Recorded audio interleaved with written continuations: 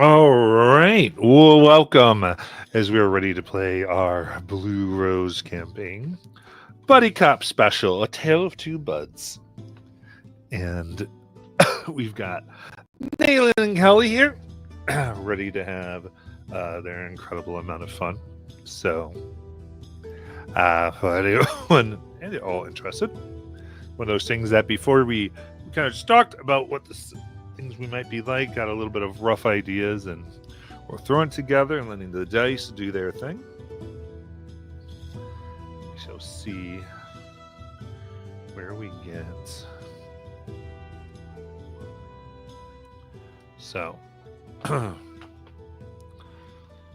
the oceans here on the World of Kryn have tossed you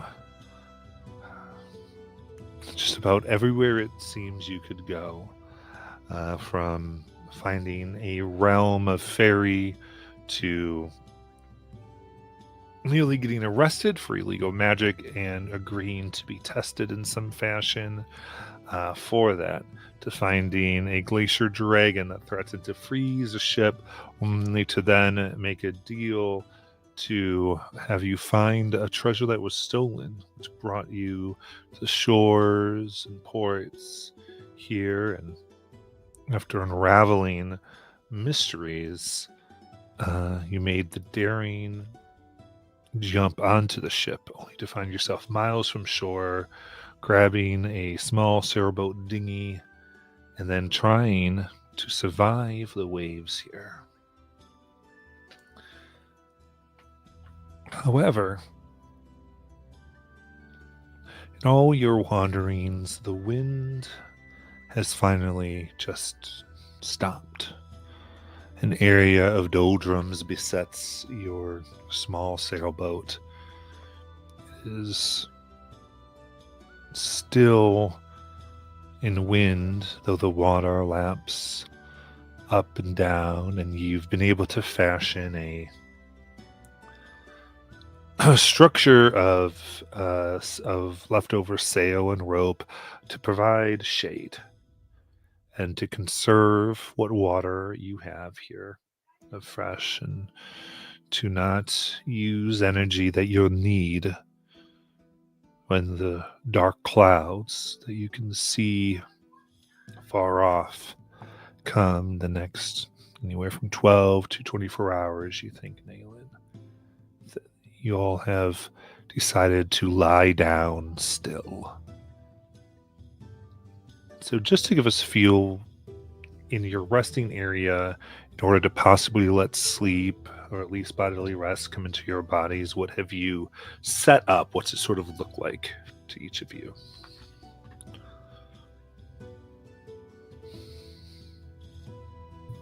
Nayland likely sets up somewhere open to the sky. I know it's a little cloudy, there's a storm coming, but she would want to be under the stars. So she'd be out on the deck, and she would actually lay, I guess, probably, and she would lay down. She'd have, whatever, she'll take out her bedroll, make herself a little bit comfortable. And usually she meditates for her rest. However, I think that it's been harrowing lately. And having to learn new stuff on this ship, I wonder if maybe perhaps she really sleeps. What, Kelly?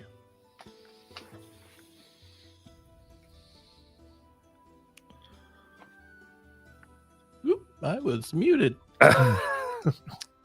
So I think Kelly is probably the opposite. I would picture that she has kind of set up in like sort of the storage area. She's taken some makeshift blankets and tried to create the closest thing she can to like electric lights, even though those aren't really on a boat in this world. So probably some candles. That's definitely a fire hazard. And she's kind of putting together sort of like a very chic, luxurious sort of bedroom area, and just kind of got some things that she's using as pillows, probably some clothing items that she's stuffed with hay and that sort of thing, or whatever is obviously hay on the ship, but whatever she could find. And she's definitely set it up so that she has kind of this private, bedazzled area for herself. Perfect.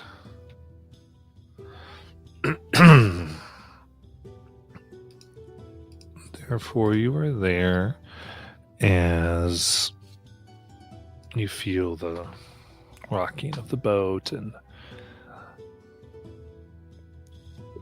your hands become limp and your head kind of rocks back until you sort of let sleep take you, knowing that you will be needed for when the dark clouds come. You feel the rock and the sway, the water back and forth. Each of you.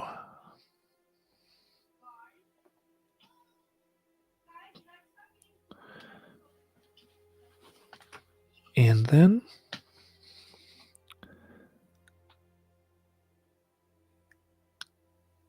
the side to side kind of ends and you're awoken. You open your eyes because it's more now going from your toes to your head, the rocking.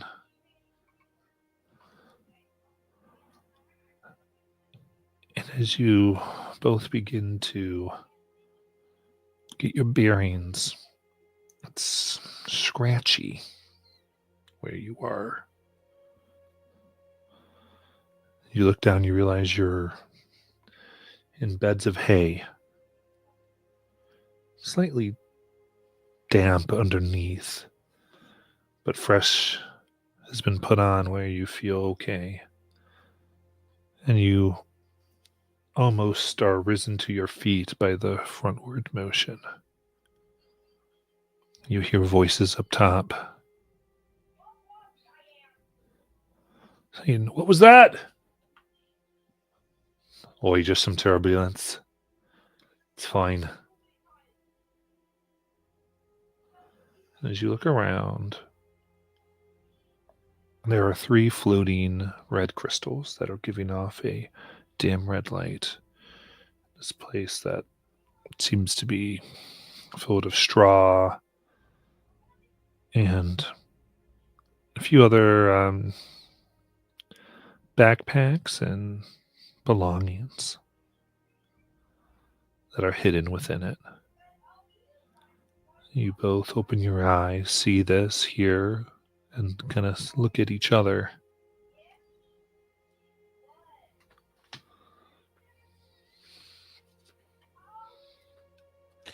The people that we heard, are they speaking a particular language? You would hear it just as common. Okay. You gotta look at Nayland and look at the crystals. And I'm looking real confused. Like, how did we get here? But I'm not saying anything. I'm just kind of. I think I'd like to look at that crystal, the middle one, and see if I can recognize it.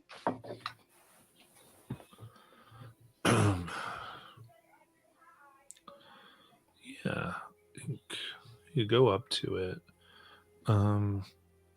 You can tell immediately that its main purpose seems to be to produce light. And it seems to create its own gravity as it just sort of floats.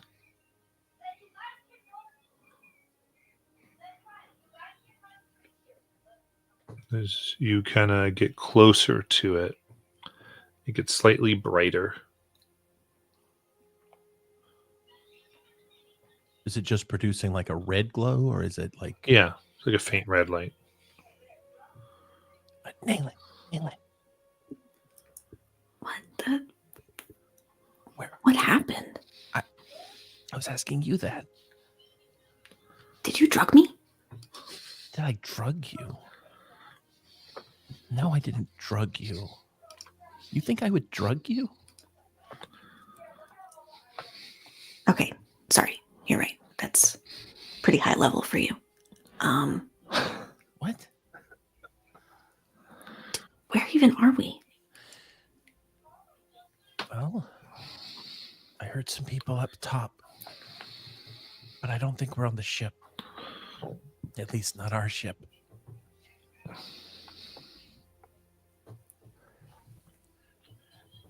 Maybe we could look around, see if we find the others. Yeah. Do the crystals move? Looking at them as the ship rocks, it seems like they maintain their distance from the ceiling and from the floor, but with just slight oscillations, like maybe half an inch or so. Could we? Naelin's going to try to take one with her. Interesting. As you touch one, it turns from this dim red to a bright white.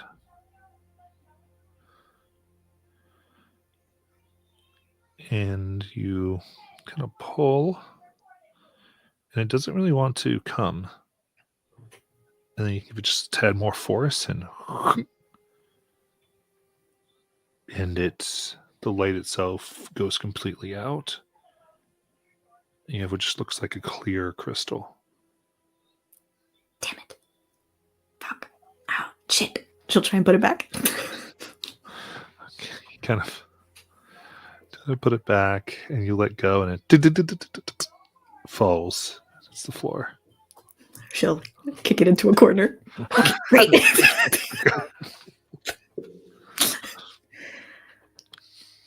Kelly wants to look around, see if we find the others anywhere down here. Yeah. Here you can see there's various pieces of debris and belongings, but no. Actually, yeah, go ahead and give me. We'll do a dice roll on this one. So this would be instinct. Okay. All right.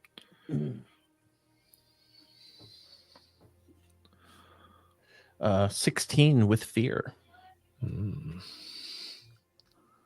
Perfect.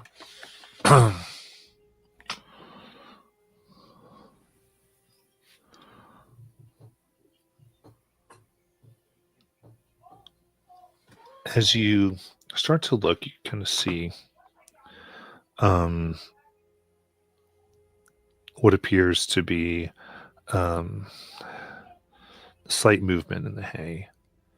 And you can see a wooden hand attached to what appears to be some type of arm that kind of goes into the hay a little bit as it's shifting. I'm going to try to get them out. Yeah, you kind of grab and you pull, and you see this like lifeless wooden puppet comes, their eyes colored in chalk, and attached is this enormous white bug. Oh, About 4 feet.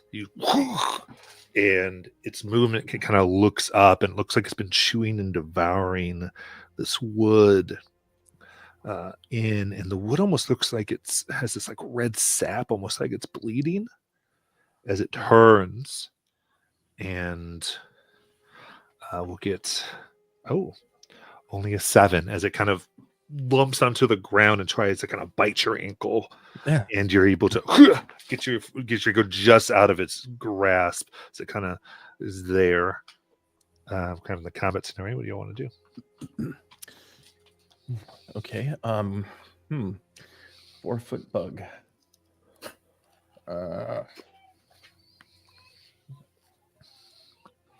I'm gonna try to put the bug to sleep using slumber. Very nice. That's your spellcasting roll? Yeah. I roll a 10 with hope. It does not give me any DC. Right, it does- would be the creature's difficulty. Yeah, and it does say that the GM can spend fear to awaken them if it does work. Yeah, so unfortunately, this kind of goes out and the bug seems unaffected. Okay.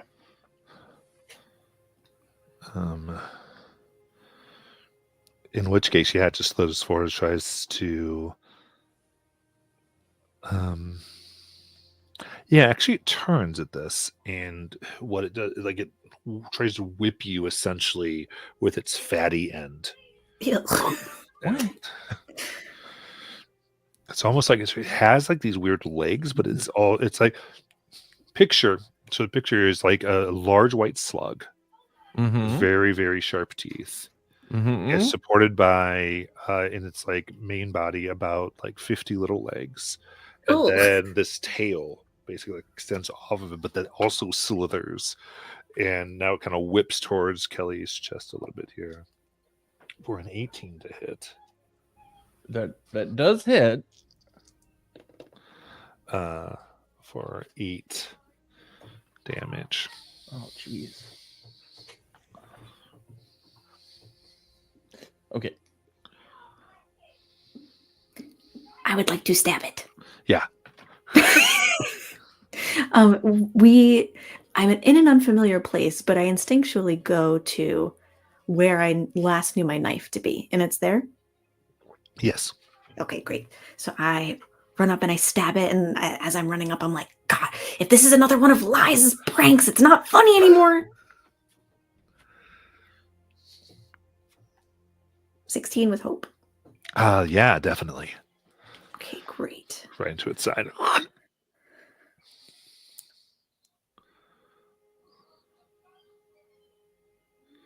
What? I rolled. What? 40 damage? What? 40 damage. 3 11s. Oh, you had D12s for your damage dice? Yeah. There you go. Jeez. That was crazy.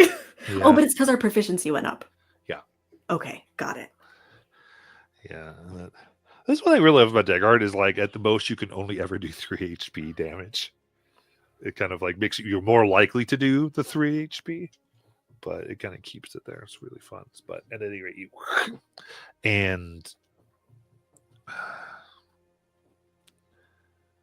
stab it.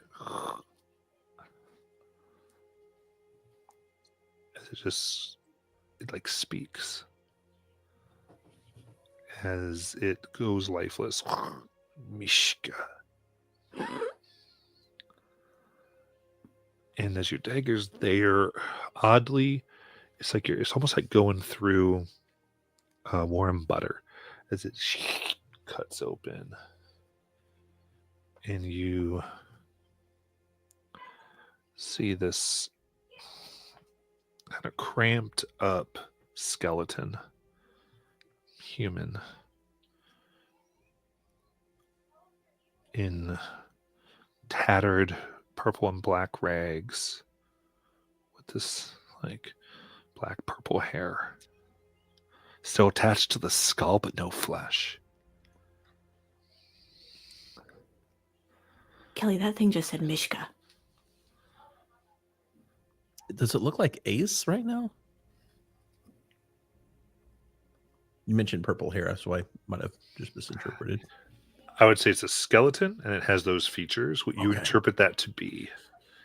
Nana, Because just pure bone, so it's really hard to go, does it look like?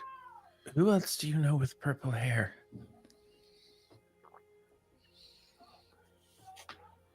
Do I question for the GM. Does the thing that we just sliced through, Would I think that it looks like an enlarged brother? I think you think that definitely is something that your character thinks is possible. Got it. Okay. The black and purple hair is very long. Yeah.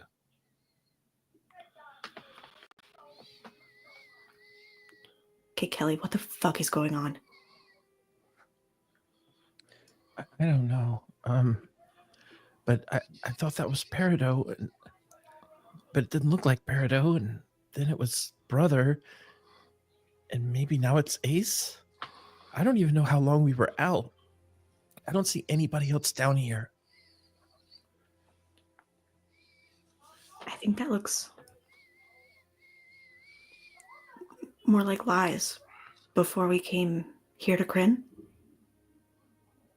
Like lies. No. I'm gonna take another look. And the rune fabric, the hair, could be.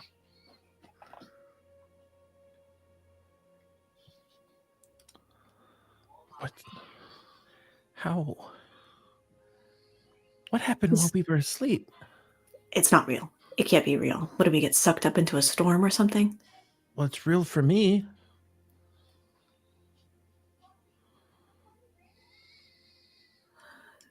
Kelly, you know magic here.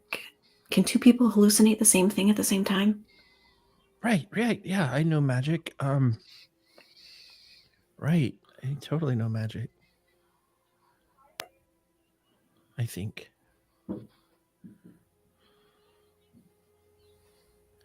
And I think a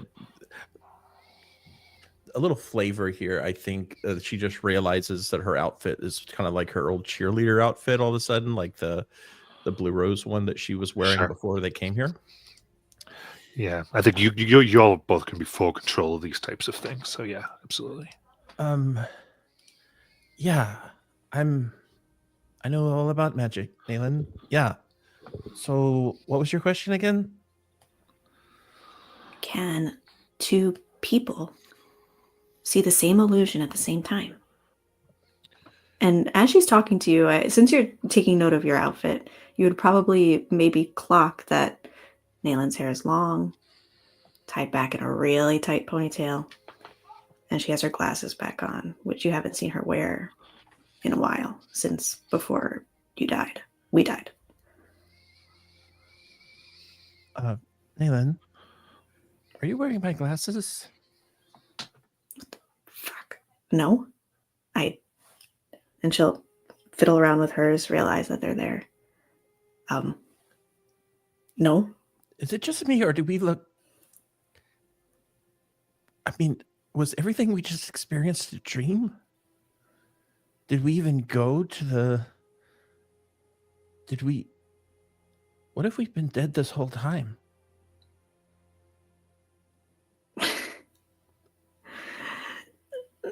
No way. What do you mean? Wait, hold on. Wait, no, this makes sense.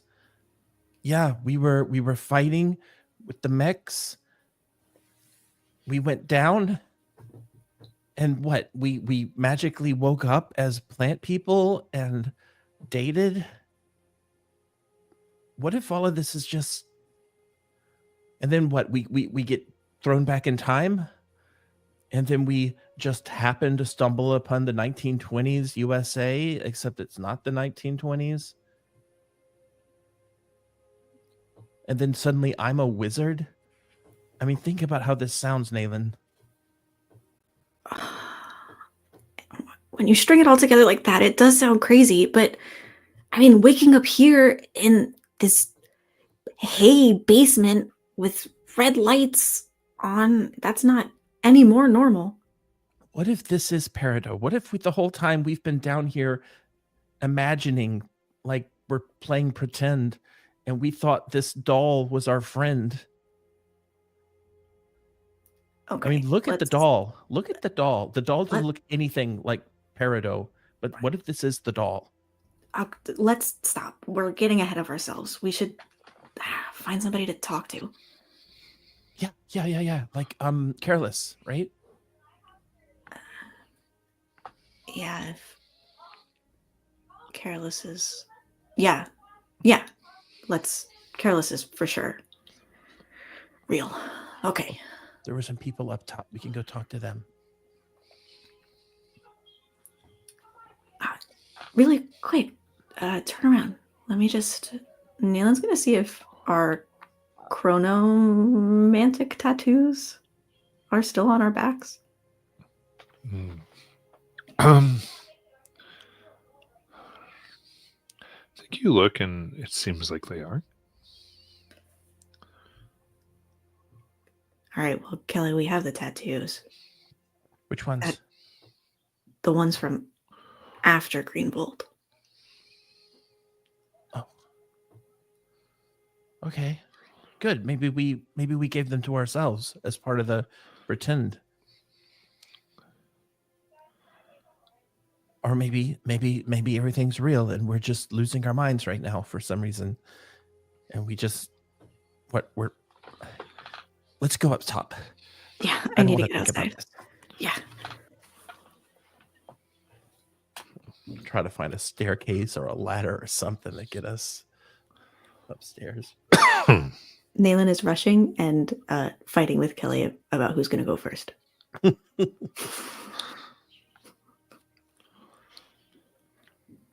All right, you kind of both push yourself up and come down to two sets of stairs that keep leading up and up. Some decks that you pass by. Don't see anybody on them. There's doors that are shut. You emerge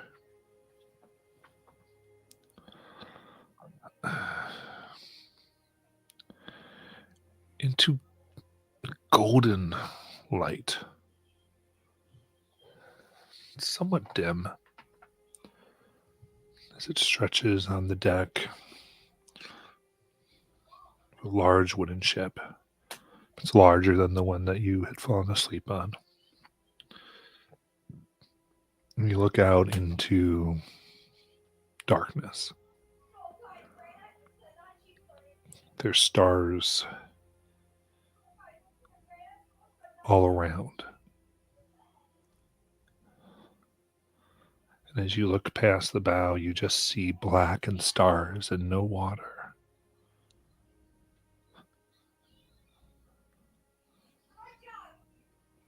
On the sides of the ship, you see these fish that seem to be floating, waving their tails to move through the air about 2 to 3 feet long. These large rainbow jewels in the center of their head. Other than that, they almost seem like guppies. On the back of them, in like a saddle, you see each one has these creatures that just look like pure black with heads of fire. Blue flame that goes around, and they each have fishing poles. They are dangling them in front of the fish, and you see much tinier fish sort of going around these little bubbles that they have. So they have a net in one hand, and they're kind of moving through as you hear talk like, careful around these, we don't want to hit them. Don't need an incident. As you look off, the source of this golden light seems to be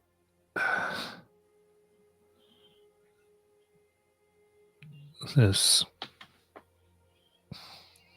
just looks like a looming rosebud, a rose flower rather, in full bloom. And as gold light seems to illuminate the space, you would guess thousands, maybe, or more miles away, that give this dim light of gold.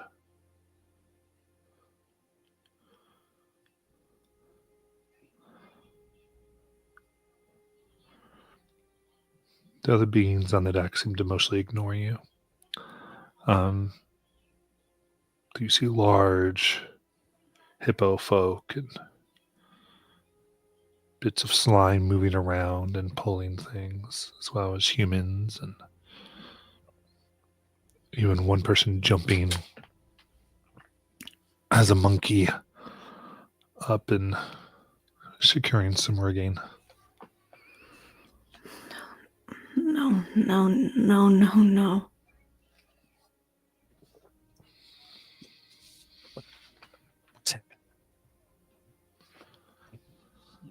Why are we in the sky? We're not in the sky, Kelly. We're in wild space, I think. Somewhere. How did we get here? What did you do? What did I do? What did you do? You were asking questions last night. Yeah? I didn't... You don't think I did this, do you? After you walked away, what did you do before bed? I just decorated the room. The last thing I remember doing was I made a little sign. What did it say? Well, it said yacht. I thought you said shot. Like, a shot of alcohol. What? I was decorating the room, okay? You asked the question, what's the sign saying? That's what the sign said, okay? Oh my god. Okay, all right, okay. I don't even know where we are. Do you think we should ask somebody on the boat? Yes, I do. I absolutely do. Why is that guy a hippo? He's not a hippo, he's a GIF. Be polite. I didn't mean it unpolite. What's wrong with being a hippo? Nothing's wrong with being a hippo, he's not a hippo. Well, okay. Well, I know that now. Okay, so go ask them why we're here, because these are your people, right? Yeah. Right. She'll straighten her shirt, straighten her back. I'll follow behind you.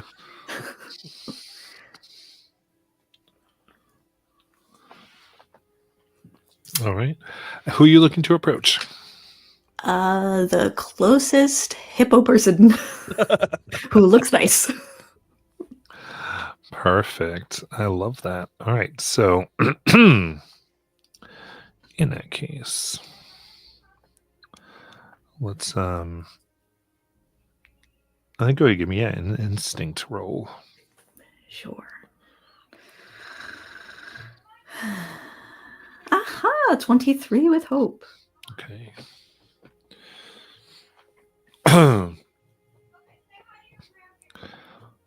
Approach one that's very mindfully polishing these cannons on the side. And he looks at you. You two didn't want to rest up here to cause trouble. It's not going to reduce your shift none when it's your time. I just love guns. So much guns rule. And I saw this super sick cannon. And I was like, man, gotta come check it out. Anyway, I guess I was sleeping for a while. Where are we? Where are we?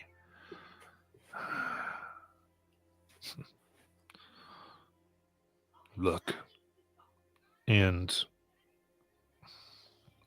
don't recall seeing this before. But now you see appear to be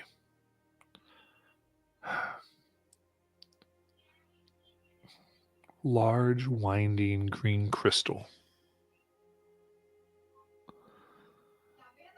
Enormous. From this winding green vine-like crystal, large protrusions come. Sharp. And it comes in, so there's from the bottom and the top, and it looks like almost a globe or sphere of this, going for hundreds of thousands of miles. All around, the ship is headed towards it, and from within is where the gold light that you perceived before comes. Coming through the crystals. Those next bits to navigate through that.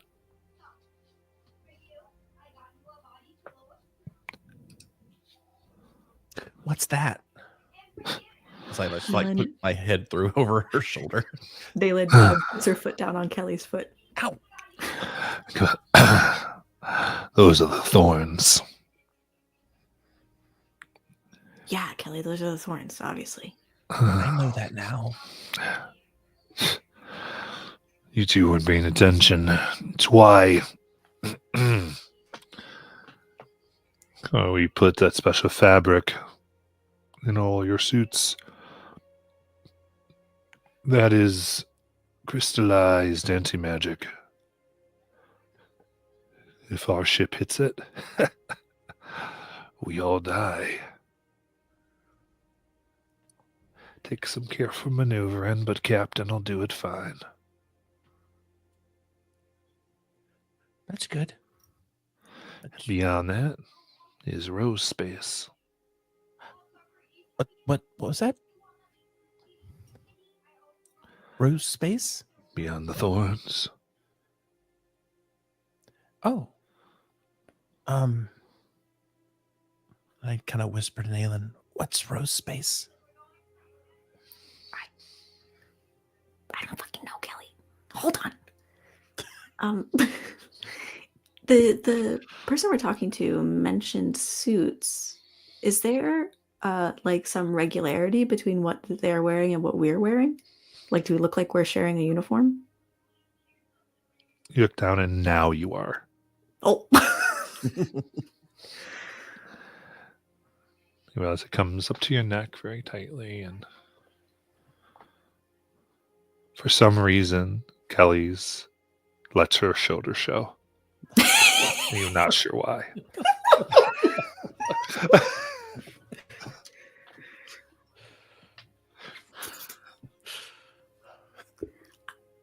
I am so excited for our captain to nail this thing. Just, why are we going there again?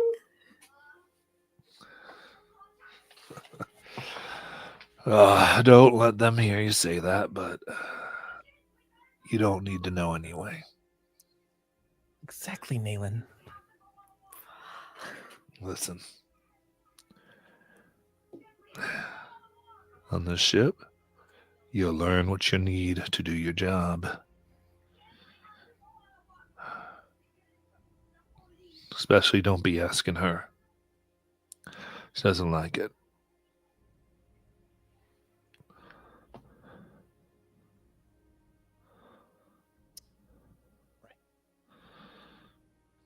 And I do love the job. It's so fulfilling and exciting. What's your favorite part about it? My cannons. Yeah. Just can't wait to see what I get to shoot at next. Anyway, I got to get back to it. Just keep out of everyone's way and don't want to get too mad at you. And don't mess with the Twingas or the Guppies. Right. Okay. Naturally. Who would even do that?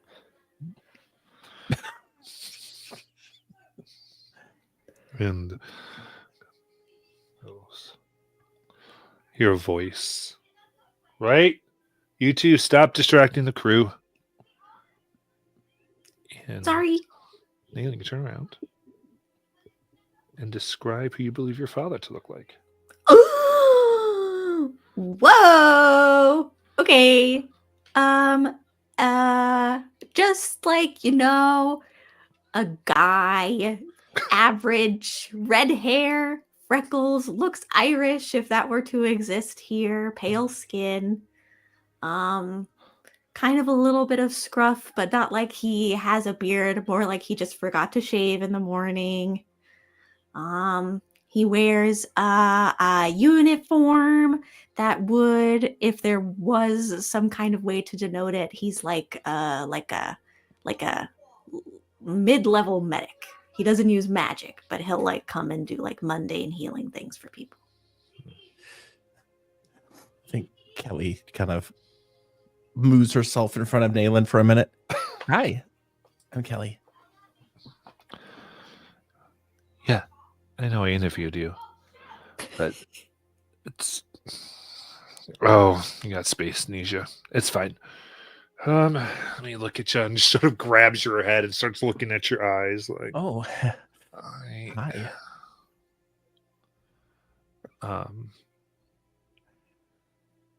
Goes interesting. Oh, since how have you been feeling? Have you woken up anywhere you think strange lately? No, nowhere strange, nothing like that. So I got the job, huh? You interviewed me? You're here. Mhm. Yeah.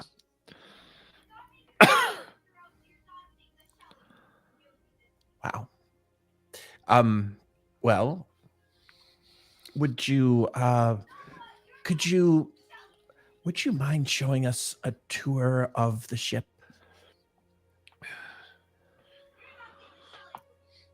Kind of looks. Have a moment. Any? Is there a particular area you want him to kind of show here? The bridge. Okay.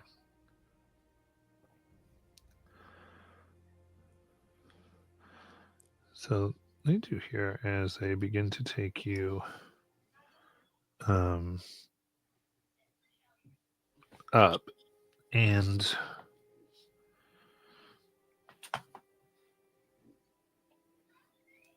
you can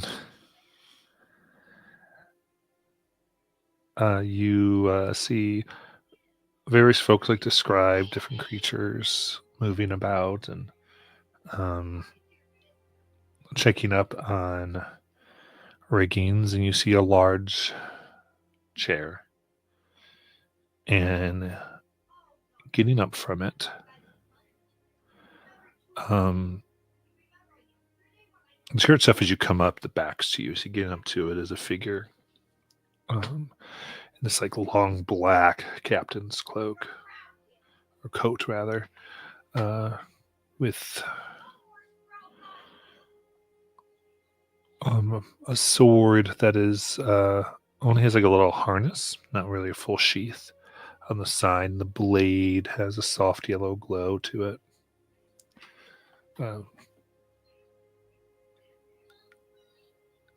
And they kind of get up, and you can see they stumble a little bit, like kind of walking slowly. As you hear a voice, right? Kind of old and almost grandmotherly. Like, tie everything up. Get ready. We're going to have to manually do this. Everyone watch your points. We'll go down and up and get ready to manipulate the plane. Remember, one hit and it's all over.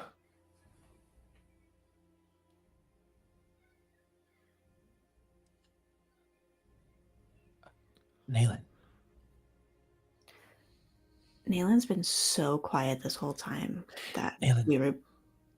I'm sorry, go ahead. I didn't mean to that's interrupt it. you. She's just been sort of like staring intently at this man.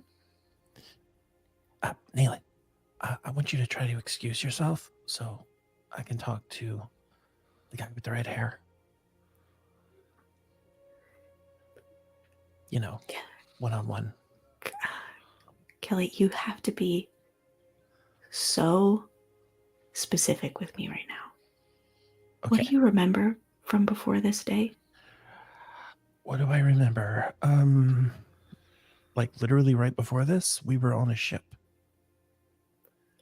Like a boat? Yeah, like a boat. We were moving the heart. Yeah, and then we had a conversation, and I was asking you about the realm of time and how I had kind of used magic to see if I could find your dad. And then you told me not to do that again, and so I haven't, and I won't. And I guess, yeah, we did interrupt. Or we did end up in sort of an area like that, and now there's this hot guy over here, and I don't know. I think everything is kind of working out.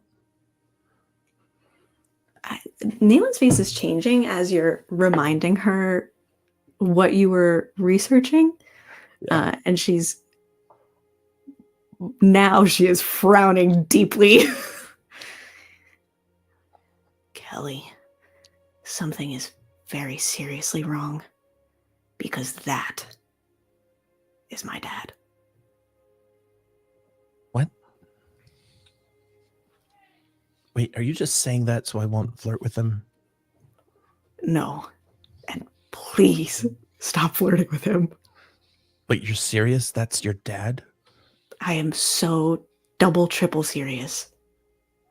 Oh, God. Okay, I didn't know that. Full disclosure. And now that I do, it's kind of gross. Yeah, just we don't ever have to revisit that. Let's never talk about that Yeah, again. absolutely. Great. Anyway, what the fuck? That's your dad. That's my dad. Wait, well, then obviously I got to get you two to talk, right? That's clearly what this is all about. What was the last time you spoke to him?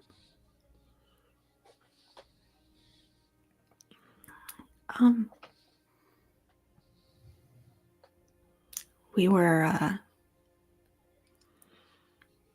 stuck in a storm. Yeah.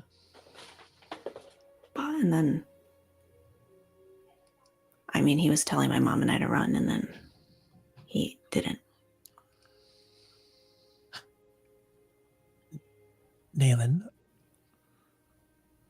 what if little you is here on this ship?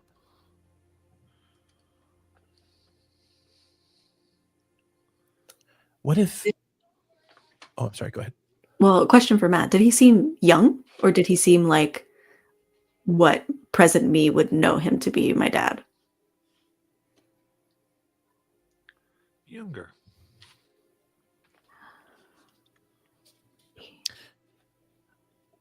What if this rose space stuff is where the storm comes from?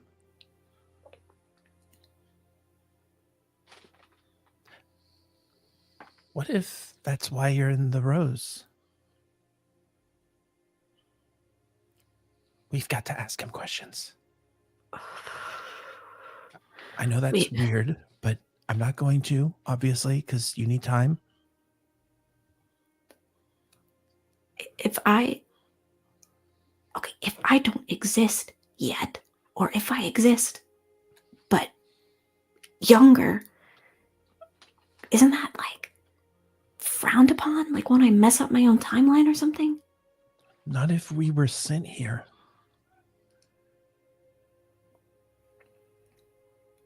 I mean, think about it from what you always tell me. I mean, the Blue Rose has a mission. If we're here and we're in disguise as these other people,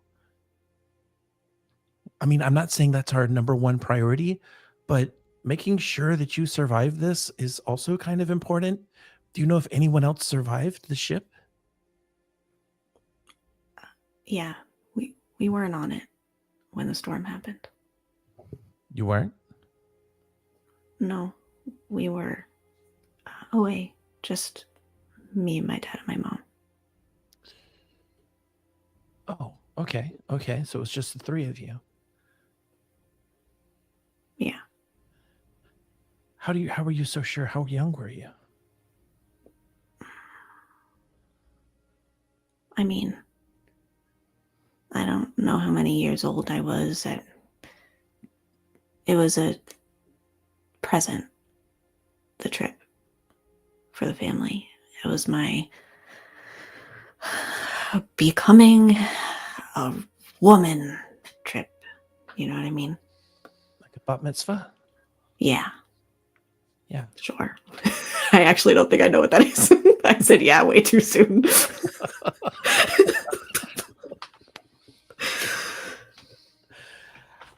Okay. So it was like a rite of passage. So Yeah, you were basically. like, what, a teenager? Yeah. Okay. So yeah, I guess you would remember. This must be an earlier trip that we went back to for some reason. There's got to be a reason we're here. And if it's not to save you, then it's probably something else went wrong. I don't know. I'm really confused, and somehow I'm just so positive it's your fault. Nayland, hold on. Whoa. I know you're like lashing out and everything, but you know, Nayland, I do care about you to the point that if you want to, I will break the Order's creed, whatever, if it means we do whatever you need to do for this mission. Why would you say this is my fault? I told you I was not going to look into it again. I didn't have anything to do with us being here. I wasn't trying to put us here. Do you realize how that makes me feel?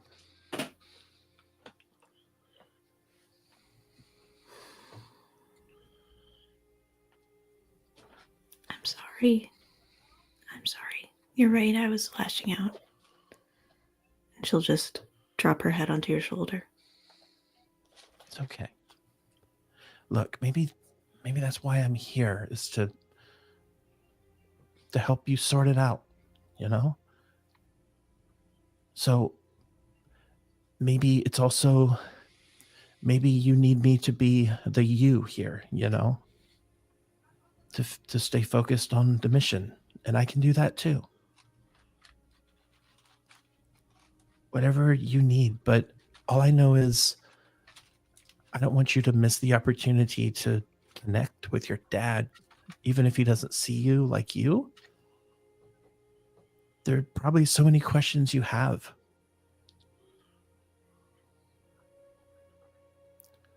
And I'm also worried about this navigation thing. Like, think about it. If we hit something, we're going to die. Yeah, we should probably get to our station like we were told to do. Oh, yeah. We're just been standing here.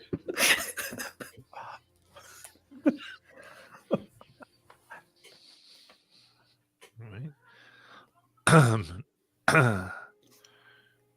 Get to your stations as you run, and you kind of run in, and it's odd at first. You think when you first looked, like everybody was at a station, then you see two that are open.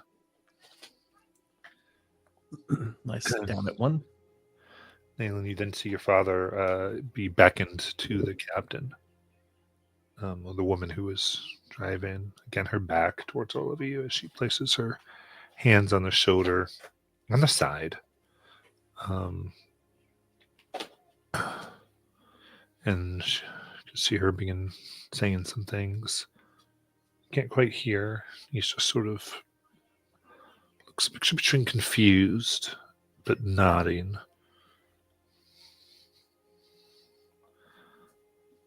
And as this is happening, you see the opening you all are moving towards is just big enough, you think, for the ship to move through. It's going steady until you see within the green crystal just little shoots of yellow veins as the tips begin to grow in towards the ship.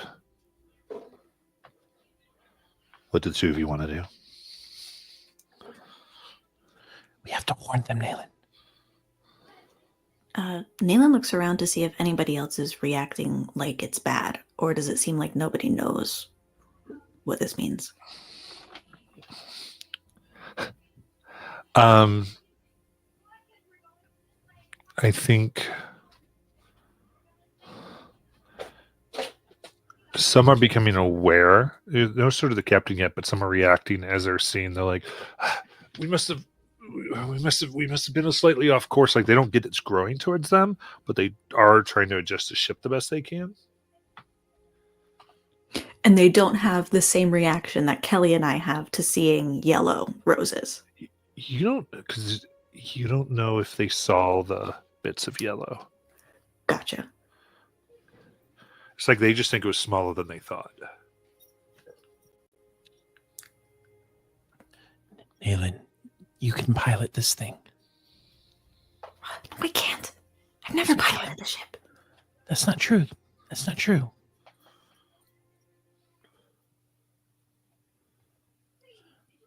What?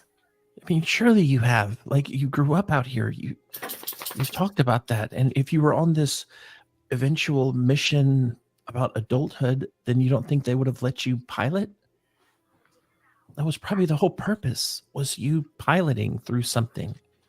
Not everybody can pilot, Kelly. You have to be like a really good spellcaster, and you have to be really smart. I like scraped barnacles off the sides of the ship. I wound the rope. I didn't do any of that. Well, our captain looks incredibly tired.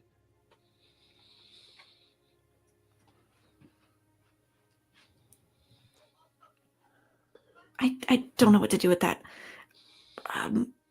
Nayland will shout, I don't know anything about boats in real life. Whatever direction, starboard or port side, whatever the heck. And she will risk, or just to see what happens, she will say, yellow hunger. That immediately begins to get their attention as you give these instructions. Go ahead and give me a presence, please. Oh, fuck. This is so bad. Can I help in some way? How do you help? I will kind of grab my arm where my yellow rose tattoo used to be, and I will say, You remember us? You remember being here? Listen to her. Okay. So I think you spend a hope for a D6 over there. Yeah.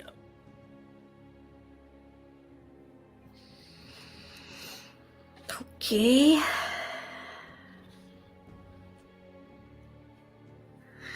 $13 with hope. You shout it out, and there's this immediate look as they all begin to react. And the ship, they go, the hunger! As they try to weave it away, as they begin making more distinct motions. You can see it flaring up even slightly more. And there's like a lightning strike within of this energy of yellow, and pieces now of green and yellow crystal mixed together fall onto the ship's deck. As they hit the ship, 3 of them, they kind of morph into what looks like seed, as these plant humanoids rise out of them. These vine-like beings, blossoming yellow roses, and their green, sharp thorns, as what would be their hands grow just into one large thorn each as they begin to all three look and approach the captain. What do you want to do? Kelly's going to try to tackle the captain out of the way. Okay. Go ahead and give me strength. All right, I'm going to use my background in gymnastics, tumbling, cheerleading. Nice.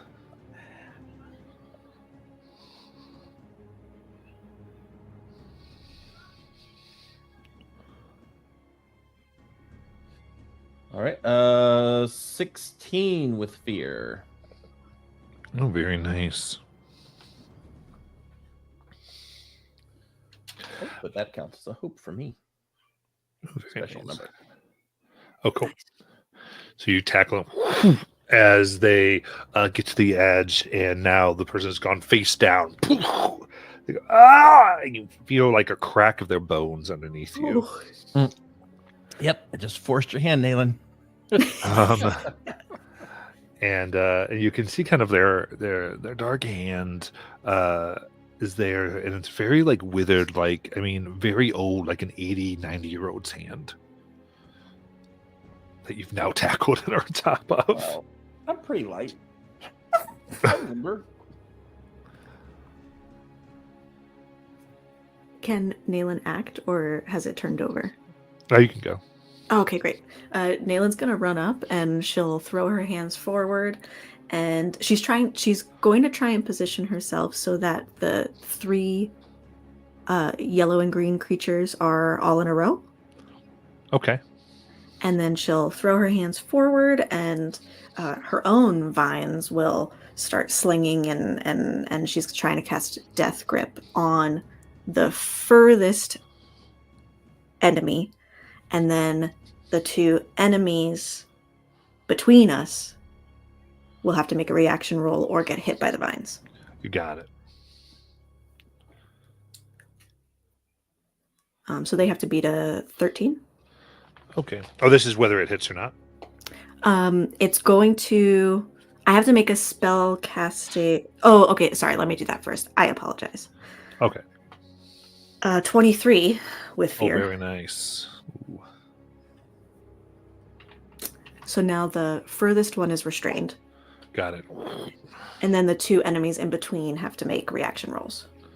Perfect. All right, I got 19 and 10. Okay, so the 10 gets hit by the vines, and they will take 14 damage. Okay. So yeah, kind of restraints has and so this is like your own vines coming out, right? Hmm. Very cool. So the one that you had wrapped in kind of turns, and you can see now in like the pestle of this flower, looks like it just kind of looks like the face of Ace. As their thorns wrap around yours, the vines the thorns input into your vines, and you see a row of yellow roots streak across your vines to you. Oh, no. And that is 15. That is my evasion. Okay.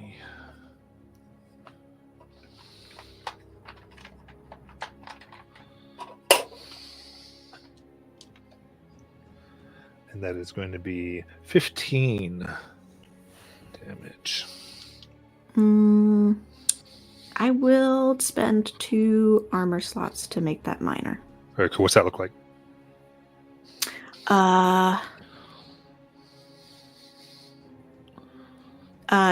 As they,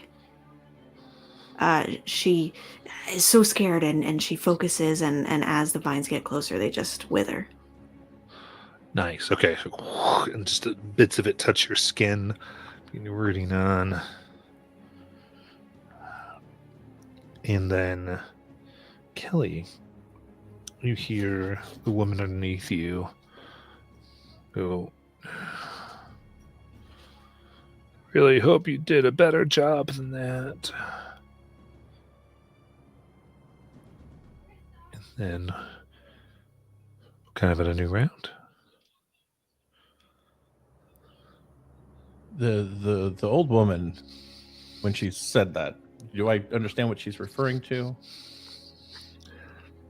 I mean, you could take a moment to try to figure that out. This is all you Oh, can okay. I right just didn't now. know if I was missing something. Okay, so it is what I thought, which is kind of cryptic a bit. Okay. All right.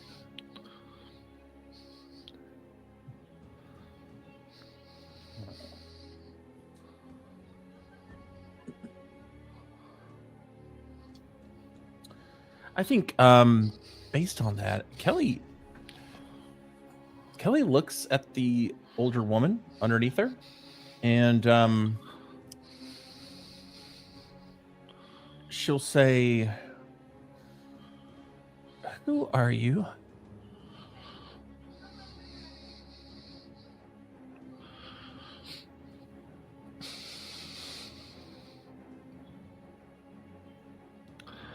Think so. You shout that out.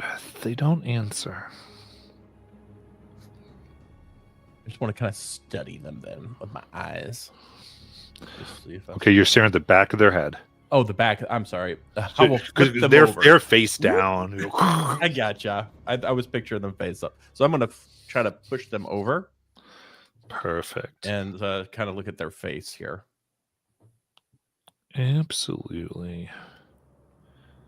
I think go ahead and give me a presence check. All right. Oh, I get to do this with advantage. And I will see. Nope, I have nothing else. Okay, just check. Okay, that is a 20 with fear. Okay.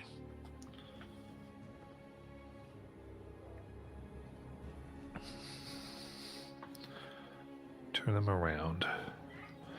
You see dark face, old and withered with rainbow eyes that gleam like the space around. And the dark red hair, the ears that are just so pointed. They look at you. Kelly, you shouldn't have looked.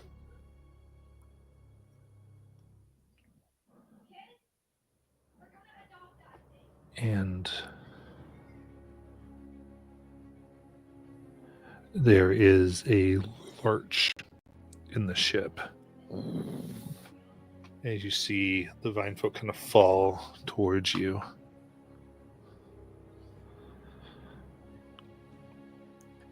And you're tossed to the ground as you see the ship kind of coming, and you hit down.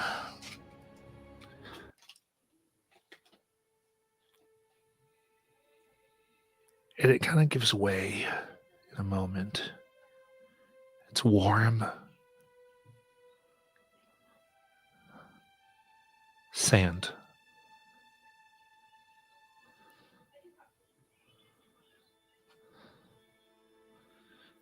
And then as you scream, you find yourself sitting in the sand.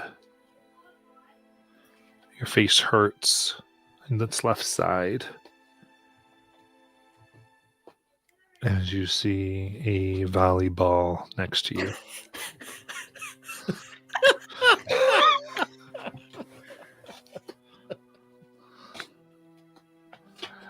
And the whistle blows. And there's a person in black and white ref goes, 2 minutes, and then we resume the game. You look, and there are 12 volleyball courts all around. A tournament is being played. An ocean roars not far off, maybe only a few hundred feet.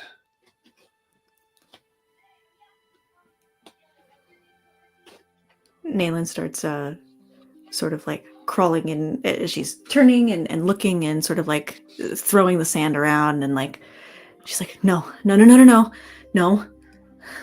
Where are the roses? I'm looking around. Does it look like Stone Harbor? Mm-hmm. Holy crap. Kelly is just like, this time it's Kelly who's like wide-eyed looking at this place and like searching the crowd and like just looking all around.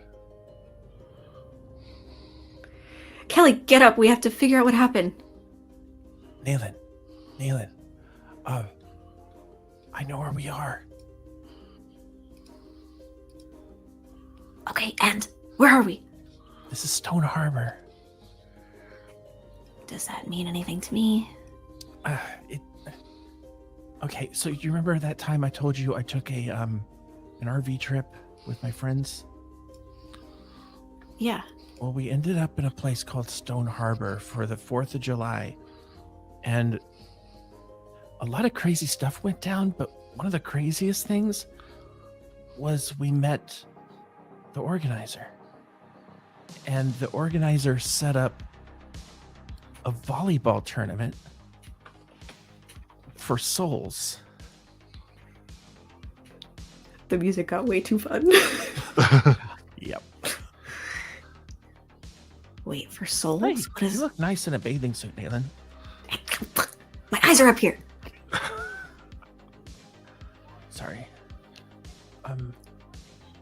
Yeah, so we have to win the tournament or else he keeps the souls. I don't know where everybody else is, though. I'm just like just looking everywhere, just like taking all this in. Yeah, you're looking around and you see the stands, and you can see the charcoal black suit of the man from the railroad sitting there. Next to him, you see Chris Pine. Oh, that guy. Oh no. Not him again. Next to him, you see what look like the form of the organizer. They seem to be looking and making bets with the person you recognize in their brown suit as Jack. I think this is like all the supervillains who don't like me. This is like they're all plotting to beat me in a volleyball tournament. I don't think that could be it, because then I would be on the stands. Naylin, I was kidding. oh, your face looks pretty bruised. Are you okay? Yeah, I don't know. That was crazy back there, but I feel like it feels like that was yesterday. Yeah. Oh my gosh. I saw you. You were the pilot. No, you told me to get in the chair, but I didn't. No, I looked. You were her. I got a good look. Your eyes, your hair. I mean, I can tell. I know your eyes. You're talking about the captain? Yeah. How does that make any sense? To say the same thing. I mean, your dad was younger, but you were older.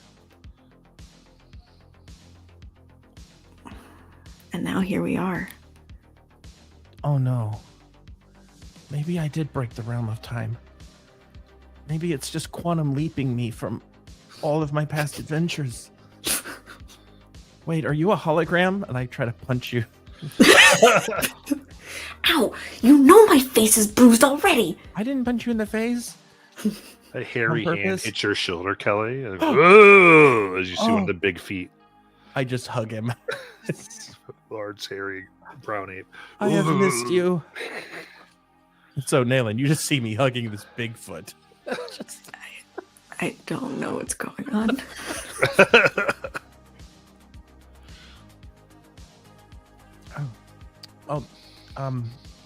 Big, this is Nayland. Nayland, this is Big. Nice to meet you, Big. Yeah, he's an old friend of mine. I haven't seen him since Stone Harbor. Okay. So I'm a little confused. Maybe we need to go talk to Jack and them. Maybe they have a clue what's going on. I feel... I know this isn't my stuff anymore, so maybe it's easier for me to wrap my head around, but I feel like we need to play volleyball. Yeah? I mean, yeah. Right. Let's do it. I've been waiting for you to say that for so long.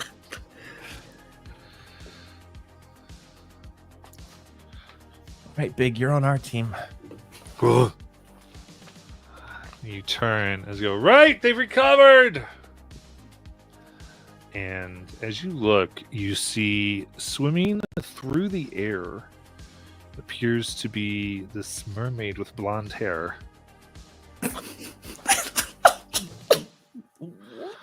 And then a blonde-haired girl in a Girl Scout uniform. Or something like that. Looks a little different. And then you see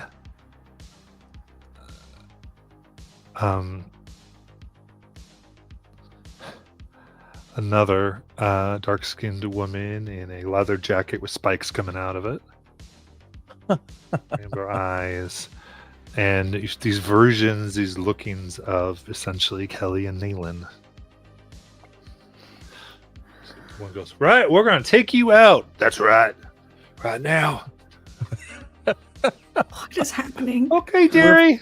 Fighting our variants.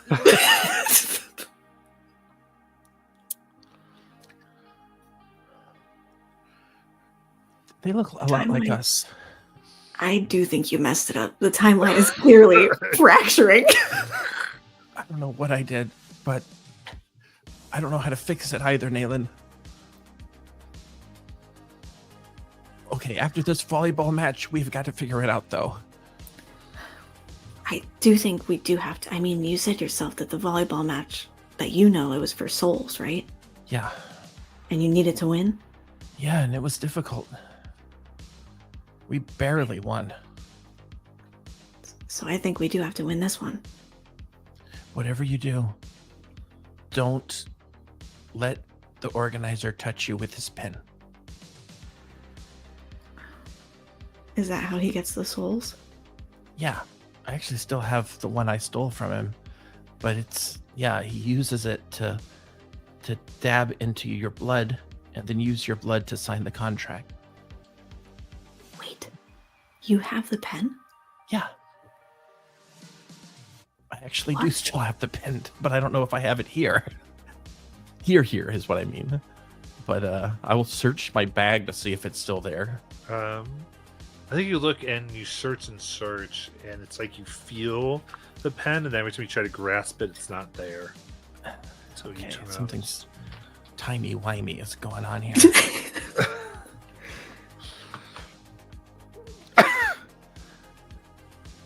All right, Nayland, I hope you know how to play. Not even a little bit, but I'm sure I'll figure it out. If you do Just it Hit can't the be ball hard. over the net. Right, okay. All right, as the ball comes hurtling at Kelly's head, I need an agility reaction. All right. This is so funny because I'm using my current stats, but I will use my hope to my tumbling on that at least.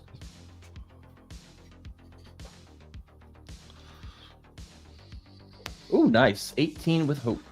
Okay, so you're able to put your hands up, hit it, tink, and the ball goes up high, straight up, and then y'all can tell me what you want to do. You can't hit it again, Nayland. Hit it. Oh, okay. Whoa. Just a second.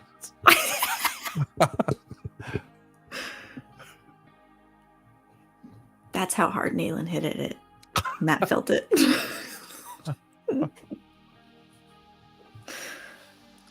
All right, we're okay. I would like to spike it. Sorry, wait. Oh.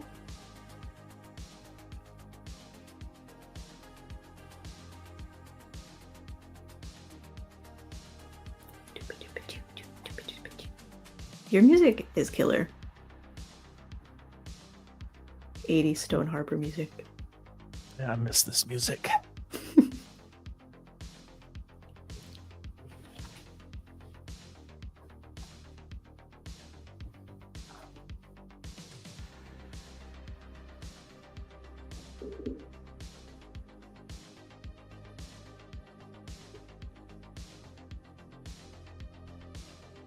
Alrighty.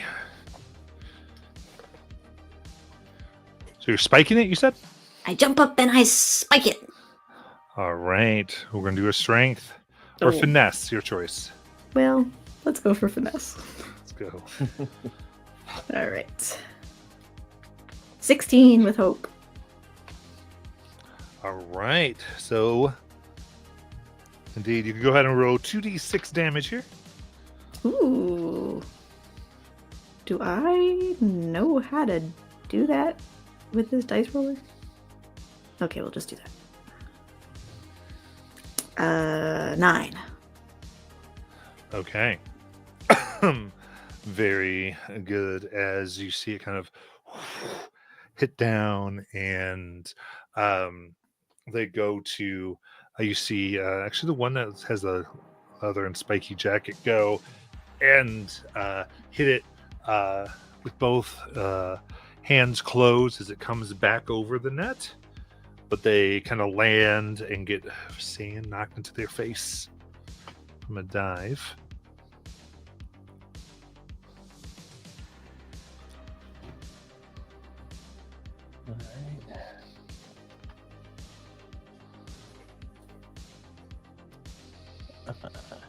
What happens now, Kelly? We hit it again? Yeah, go ahead. Going over. Pop it up. Very good. I'd like to I see try if and. Go ahead. Oh, go ahead. I just wanted to see if the Bigfoot could spike this thing on their side. Oh, like back. I think sure I can roll for them. Oh, they're not going to do it. Oh no! So you get a fail. So, yeah, it actually ends up hitting them right in the face, and they hair just kind of goes everywhere. And now it's just the two of you Oh no! with the court like covered in hair that's like kind of screaming in pain. Oh my god. Oh, jeez. Is it still in the air? Or did it fall on the beach there? So and then they go ahead and they hit it again. All right. I'll pop it up. Try to put it in position here. Ooh, another 18 with hope. Ooh, very nice. So you're popping that up. So Yep. So set it up. So she And can- I will hit it. Or whatever the terms in volleyball are. Does that add like an advantage if we do that, or so, well, so you're popping up. So I would say with a pop up, let's go ahead and give an agility. cool? That works way better for me. 24 with fear. Just gloss Then over that Kelly. last part. Kelly, what'd you get? Because you do an agility to pop it up. Oh yeah, I let's see. Well, I did finesse. It's the same modifier, so it was still an 18. Cool. Perfect. I misunderstood. I thought you meant that it then follow up would be the agility. So I can re-roll whatever you want me to. Well, both are good. So Okay. as it goes up, technically finesse, as Was hope or fear, Kelly? Yeah. Hope. Okay, thanks. Mine was hope. So, hitting it. So what we'll do is actually double the damage from it. So what we'll do is both of you roll 2d6. Okay. Ooh, nice. I rolled 10. I rolled 6. 16. All right. So then it comes down, and you. It's strange, like, because you go to pop it up, and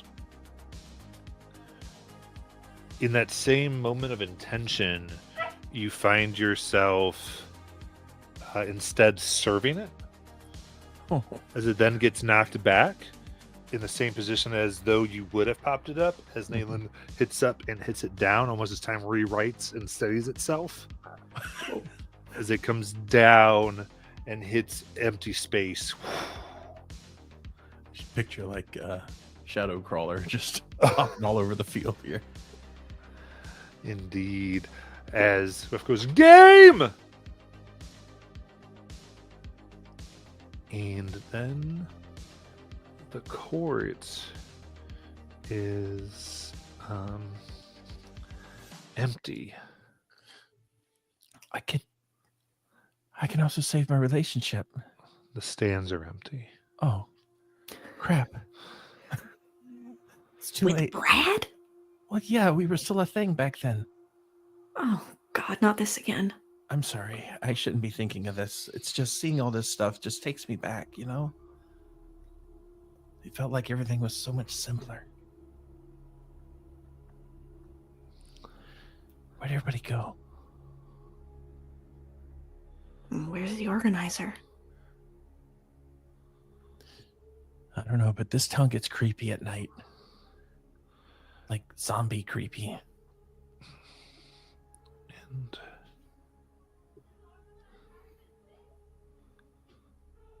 you see walking towards you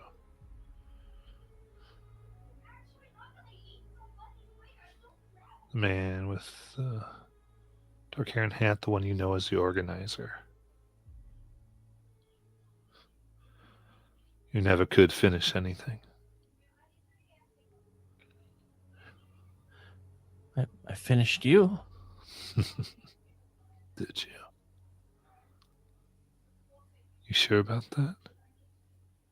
Well, up until about 20 minutes ago.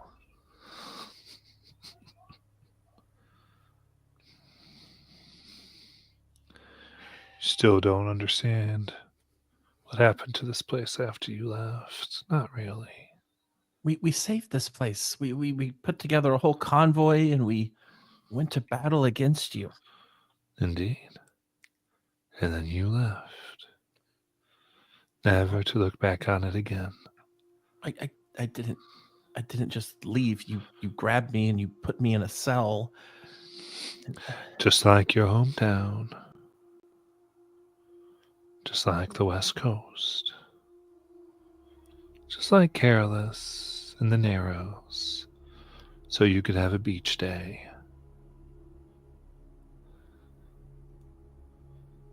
You're very good at it. I admire you.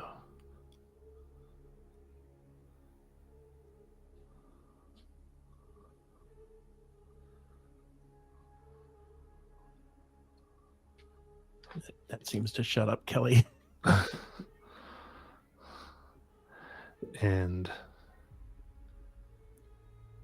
in that same way as I said, I admire you, kind of echoes as you see this young tabaxi male now going, I admire you, Kelly. You always seem to are able to get those professors to shut up. They never know what's going to come out of your mouth. And you see yourself now in wooden halls and pictures of old instructors and legends like Bingles and Rasslin. You find yourself back in the Blue Rose Tavern. in the hall of the dorms. See this young tabaxi folk, and his ears are turning red despite of himself.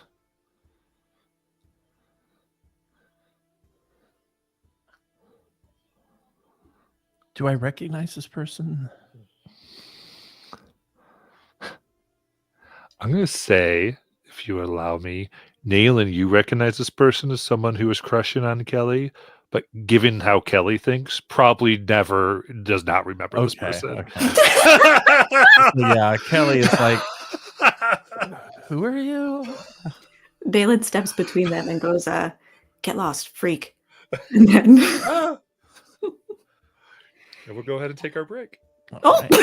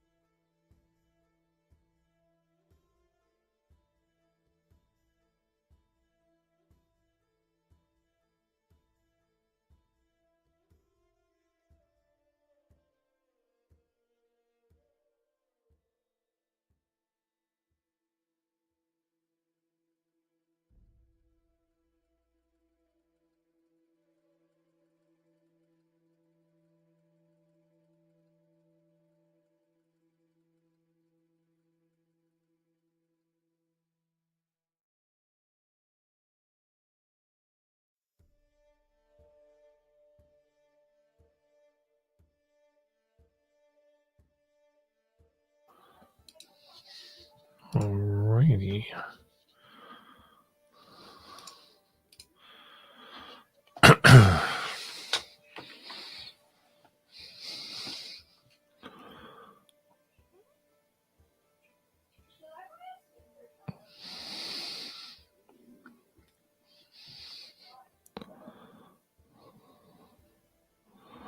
So as we're back here, come to, as you've let this poor fella down. We're at the inn, correct? The Blue Rose Inn. Yeah.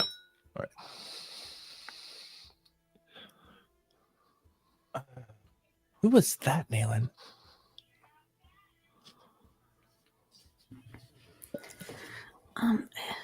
Just some guy from school, actually.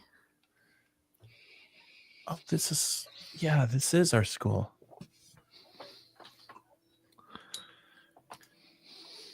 I look down and I take out the little package that has the little it has a blue rose motif on it, Mhm. and I just kind of realized that I haven't really taken this out in a long time. Wow.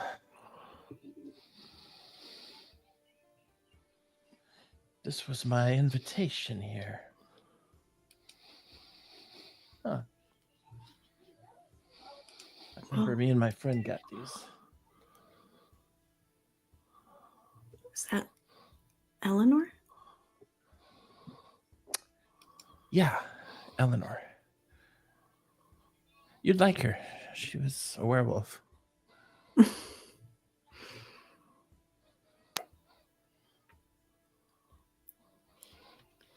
You know, whatever's going on here, it's not normal, right? Yeah, I know. So It's- don't listen to, Go ahead. well, just don't let that fake organizer get in your head. I mean, for all we know, it's your head, you know? Well, just because it's in my head or not in my head doesn't make it any less true.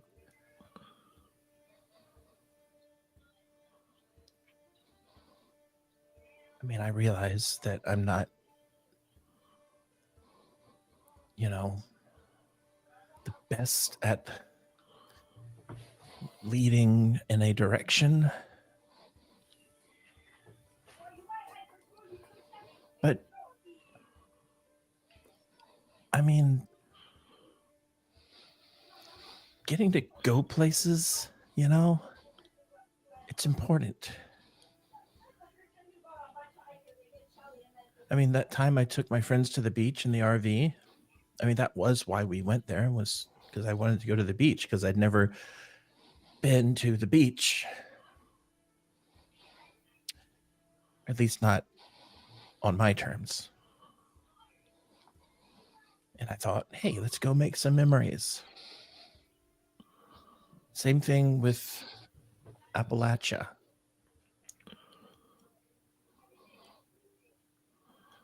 I just thought, hey, you, me, Lies, we could go and make some memories.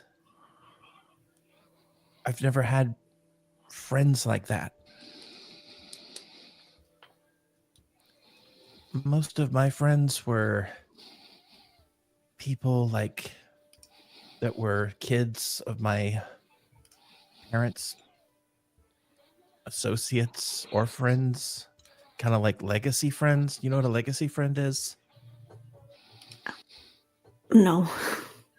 A legacy friend is like, okay, so you and I are friends, but let's say 5 generations later, our descendants are still friends, and they may not even like each other, but they're friends because they're legacy friends, because it's about keeping up appearances.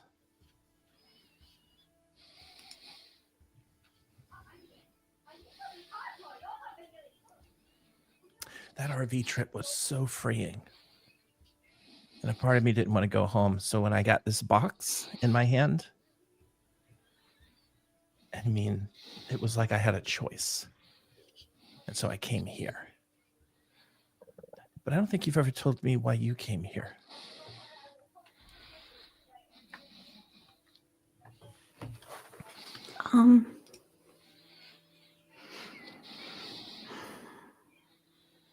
I used to think I knew.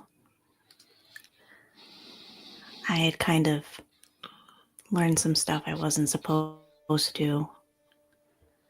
I kind of had an inkling what the Blue Rose was and what it did, and I just wanted so badly to be a part of it. I just wanted so badly to be a part of anything other than what was planned. I guess that's why we used to butt heads so much.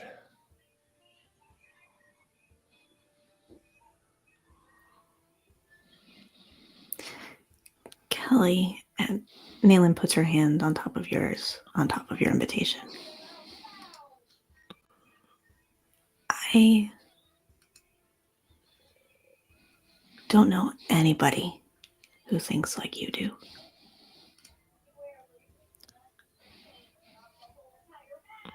I don't know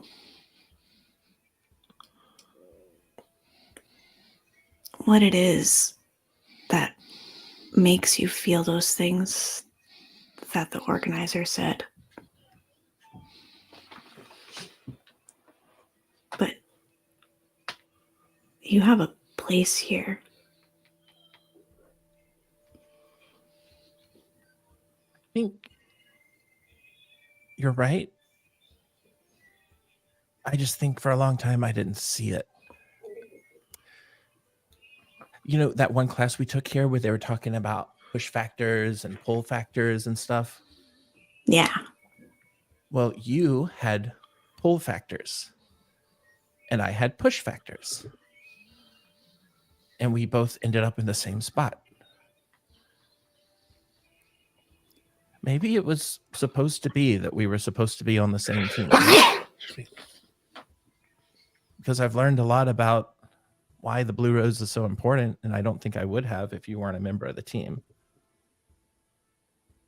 I'd probably be just jumping around and trying to change things however I wanted them to go.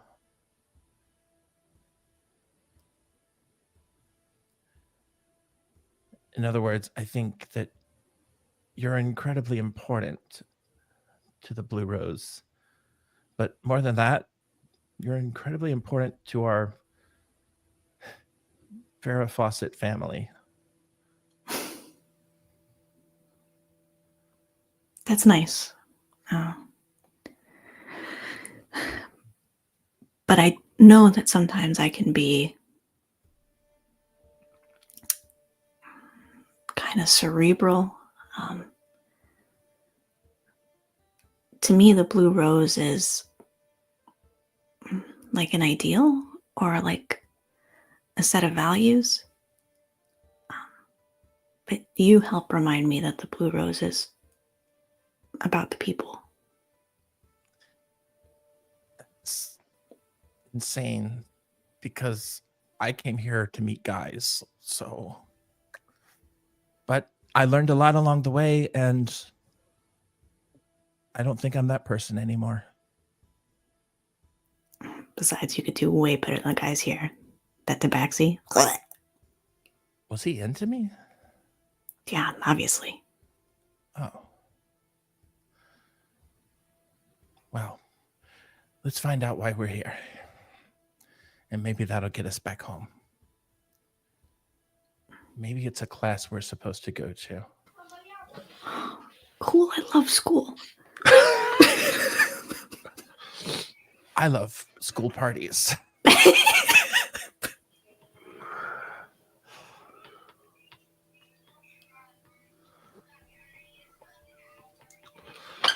All right.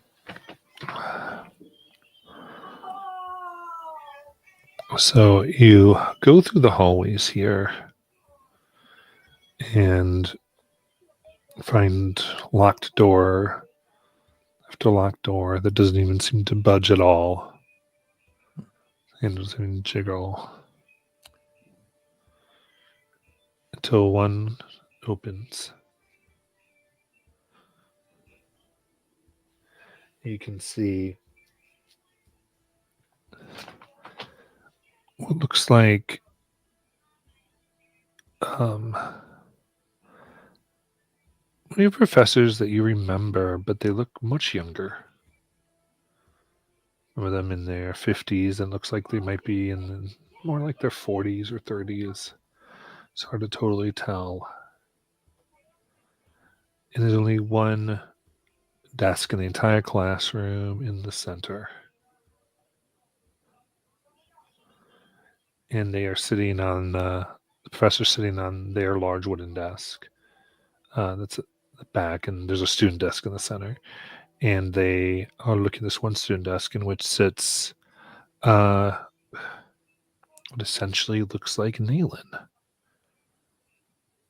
with her feet up on her desk, leaning back, throwing what looks like pencils into the ceiling above, actually splintering the wood beams. One drop, she puts out her hand and it portals to her fingertips. The voice, Nayland, get writing those lines or you'll never get out of here. How long you're here is up to you. You see the pencil fly across the classroom and almost hit the professor.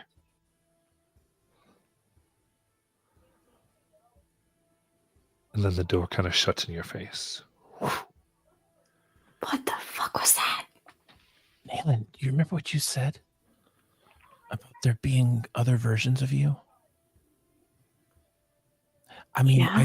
I saw the captain earlier, and I swear it was you. And now we just walked in there, and that was definitely not you, but that was totally you. What if you've already been here? Or not you, I'm sorry. More like other Naylands have been here to this school. And the professor knew it all the time. Did that professor ever take a liking to you? I will try to think back. All the professors liked you, Nayland. I mean, yeah, Kelly, all the professors liked me. I handed in all of my assignments, extra good, A++, and also I gave them, fresh apples every day. Oh my God. No wonder we didn't know each other back then. Okay. So this makes sense. But they lied to you. If it's real. Do we really think it's real? I mean, you saw that beach. There were other things that looked like you, too. That's true, but there were parts of it that were real. It's like there was real parts and then parts that may have been changed. Maybe because of the way timelines work with the rose. What if part of this is real, but part of it's not? So what we just walked in on might have been real, but maybe the room looked different, You were in detention. Believe me, I've been in detention at the school before.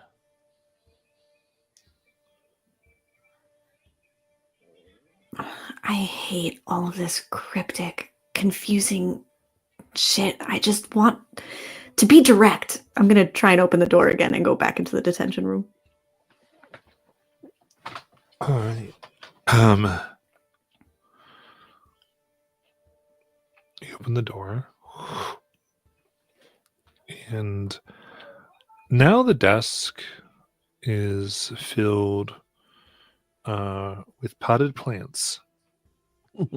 Main desk, and there's large rows of look like standing desks that have dirt and seed and different potting supplies all around.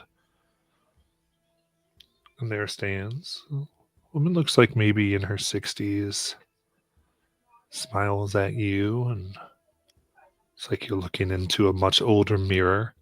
She has a little wool uh, scarf draped around her neck and smiles. Oh, come in, dears. Let's get you all moving in here. Grab your seats. And she smiles with her rainbow eyes. I look at Nayland and I look at her and I just follow in. Oh, I'm in hell. Nayland has put me in detention. Do you recognize us? Oh, more students. I always recognize the students. Besides, the real question is, do you recognize me? Did you know a girl named Kelly? Sure. You did? Oh, yes. Were you friends? Most of the time. Some of the time. Yeah. You know. What happened to her? I don't know. Oh, Are you not friends anymore?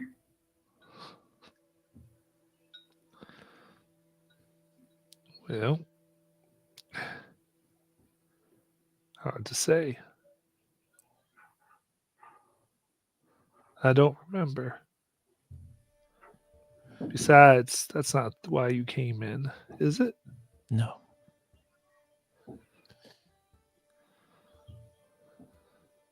Look at Nayland and look at Nayland. Anyway, grab your seeds, get Blanton. Yep, I start planting. I'm going to watch Nayland to see what she does. I don't see why we're planting. You obviously know we're confused. You obviously know that we don't even know why we're here. See, Kelly put a seed in a pot and immediately it springs forth to this beautiful lily. Has like 3 green leaves and this beautiful white petals. About 2 inches across. White roses? No, it's a lily. Oh, gotcha. I'm sorry. Go ahead.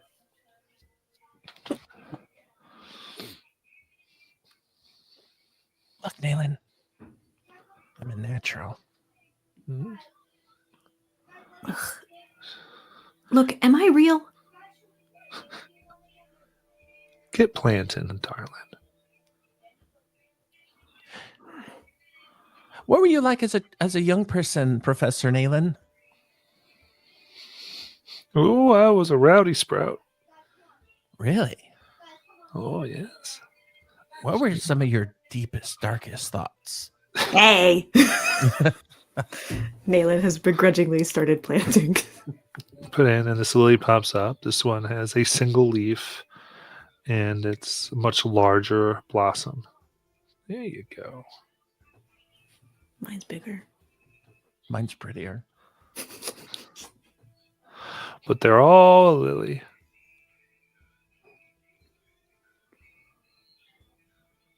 What did you do before you were a professor?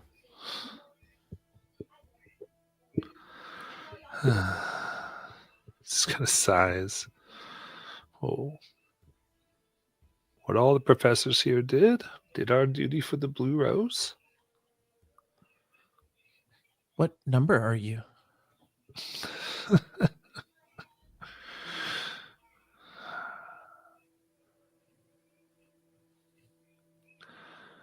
And you feel yourself planting still as you're talking. You look back, and there are various lilies now, all different shapes and sizes. What number of lily you suppose that was?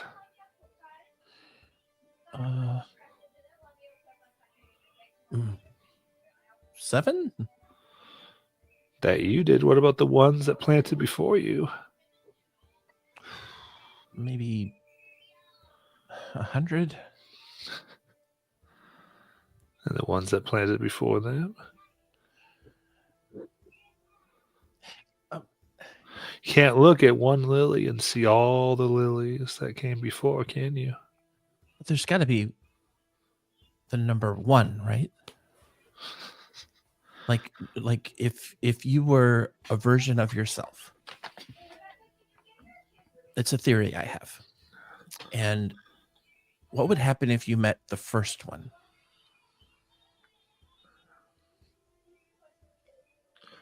Don't know. How could you meet the first one?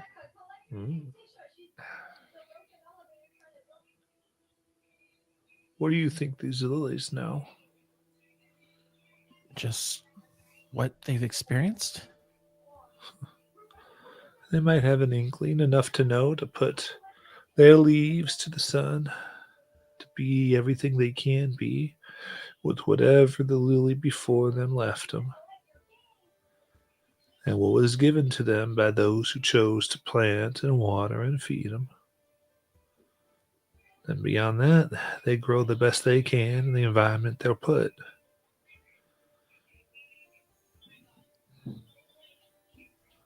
Nayland, I don't know how to ask the question. I don't even know. Everyone here is talking in damn riddles, and I'm getting sick of it. Nayland, do you really think there's a best lily here?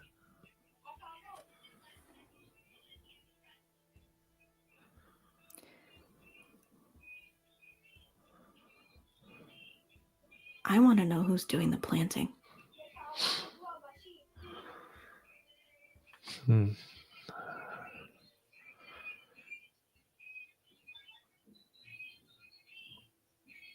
Well,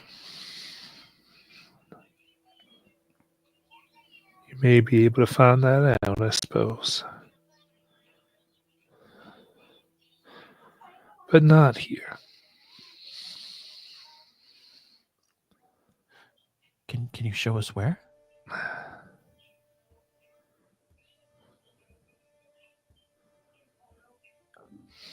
You don't understand where here is yet.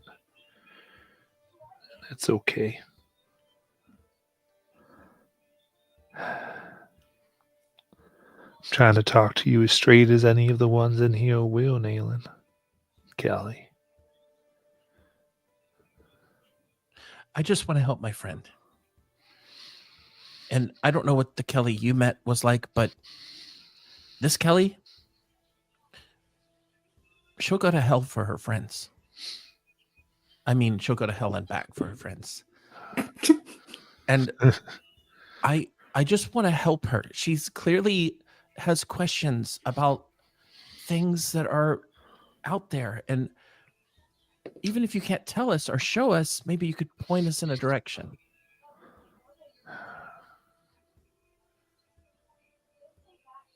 I can tell you, you are the only Kelly.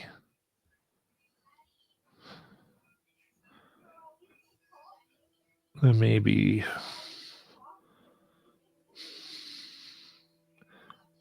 you might have gone through many times, but it's always been you.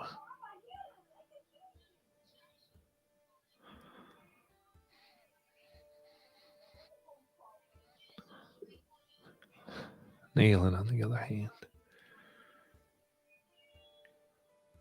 it's kind of true, kind of isn't. But I kind of look down.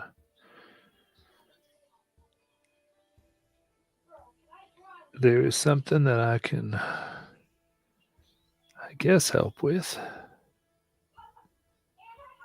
Don't know how much it'll tell you,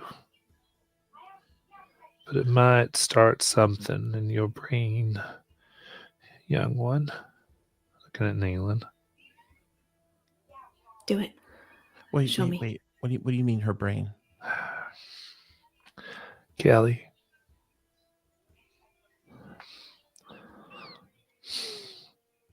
There are some things that get locked away for safety. At least what someone thinks is safe. Okay. And you, in your way, looked where you shouldn't have looked. When you looked and talked to her about what you saw back when you were on the boat. And now we're here. And if something's about to hurt her, then it's my fault. And I would just like to know if I can help. I don't know the answer to that. I do. She'll take Nalen's hand. Whatever you decide. As you take the hand, you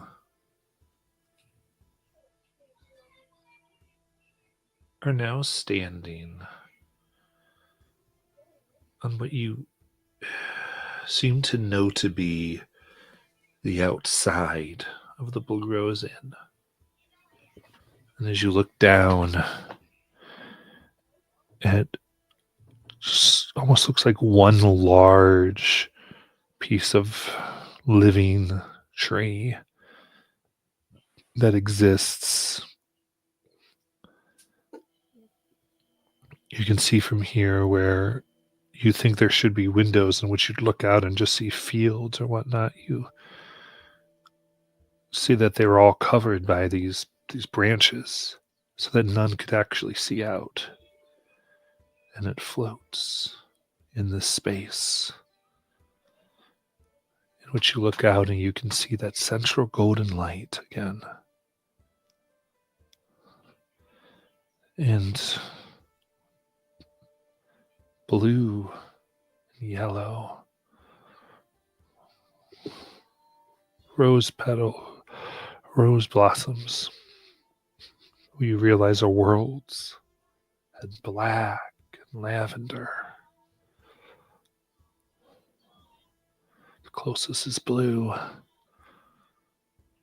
all lit by the central gold. And you sit there, Nalen. You look, and there is a ship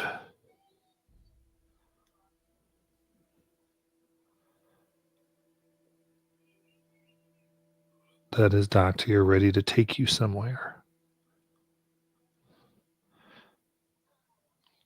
As you hear and you see your father, very young,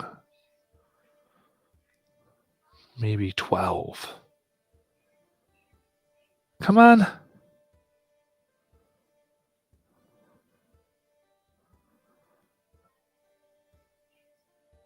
And then you look down. And you see a ship, the one you grew up on. Your father, the age you knew him to be, and you see yourself being dropped off.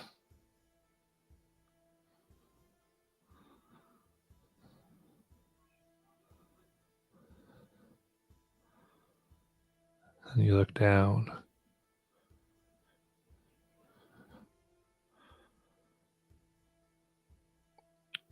Further, you see your father, the age they were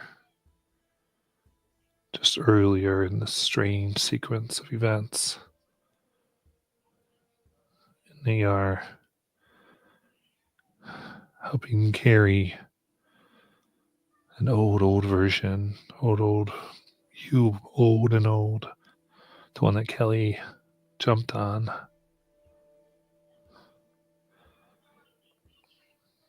And then you see Raslin.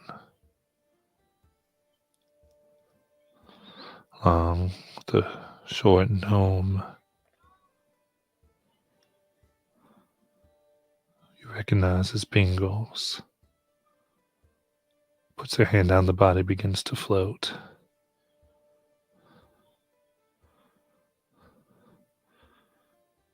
As Raslin hands him a basket where you can see a small brown hand reaching out. Here you go.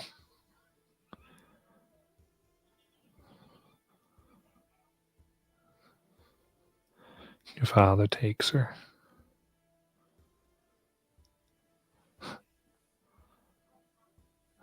Just looks down. I'll do as you ask, Captain. Gets back on the ship.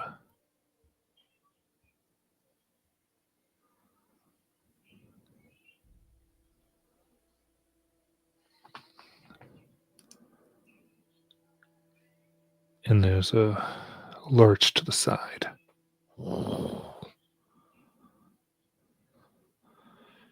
As you wake up to the sounds of thunder, you smell the waters of Kryn. The storm's gonna be here soon.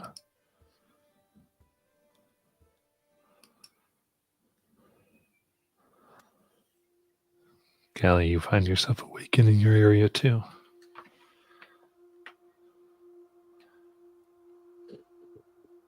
Immediately, just like dart to go find Nayland. I don't say a word. I just am like searching for her. You know where she is. You can find her and see Peridot is already up, but she doesn't really sleep, and Lies is doing her thing. And I don't say anything. I just Yes. run up to Nayland and kind of hug her after seeing all that, because I realize right now that that is a lot. Nayland is sort of looking around. You would be able to tell from her face that she's not really sure. It feels like she lived a year, and she's like, nobody else around me seems like anything changed for them, but then she looks at you and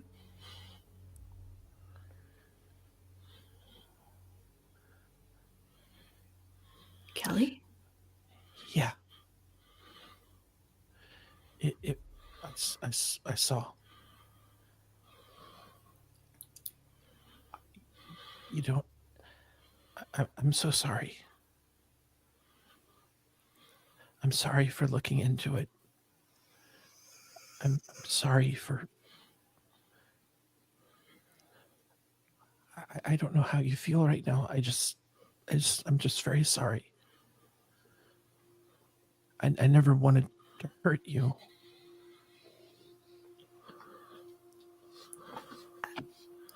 I don't. Who is that baby, Kelly? Nayland. I think it was you. I don't understand. I know. And I think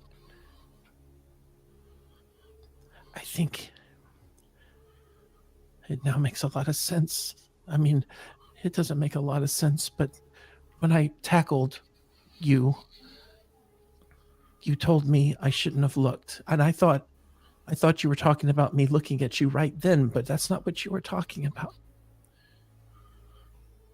You were talking about me looking into the realm. Stop saying I said it. I didn't say it. I know. I'm sorry. I it's so weird, and I know you didn't.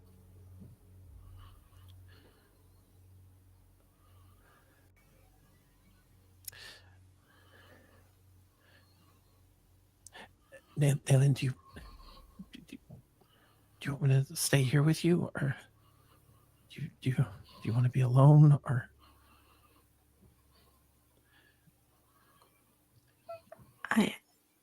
I don't know. But the hand that Kelly had grabbed while we were in the classroom, Nayland holds Kelly's hand again. Nayland does that. It's wet. Blood on her fingertips. Nails worn down. almost non-existent. Splinters.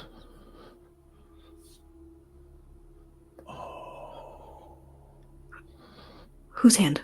Yeah. Galen whose hand? looks. My hand or Kelly's hand? Galen. And I immediately like take your hand and I look at it, and so there are currently thorns sticking out of it. Splinters. Splinters.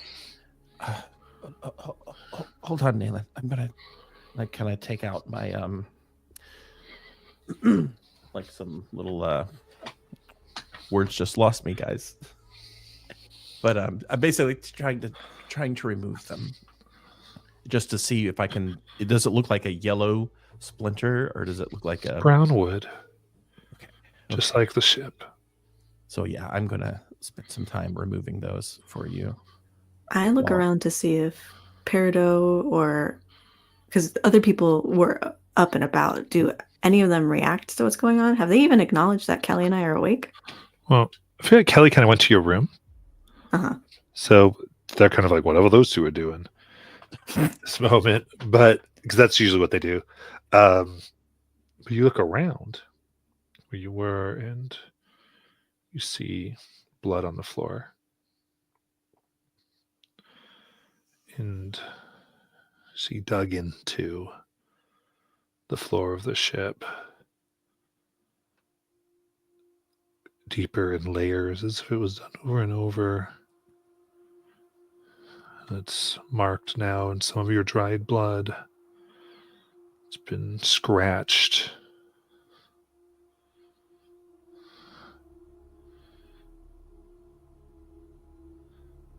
The answers must be back there at the tavern.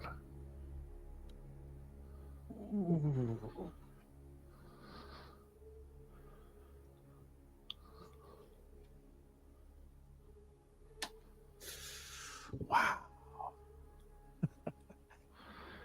And when Nayland, they're, go ahead. Go ahead. Well, Nayland stops Kelly from pulling out the splinters and hugs her instead. Yeah, and I think I noticed that writing. Okay. After all this is over, if you're up for it, we can go back. Even though I think, wait, hold on. Above table, if we go back to the place, that like destroys everything, right? The only way to get ultimately the only way to have full lives was to go back to when you would have been killed, and you can face what was there to destroy. So the only answers Nayland would have is back there. Yeah, I think what Kelly will say instead then is, I meant what I said. I'll go to hell for you. I mean, I'll go to hell and back for you. So,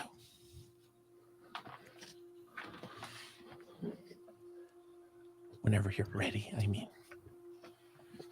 And I will hug you before resuming with the tweezers to get those splinters out of your hand and bandaging up your hand.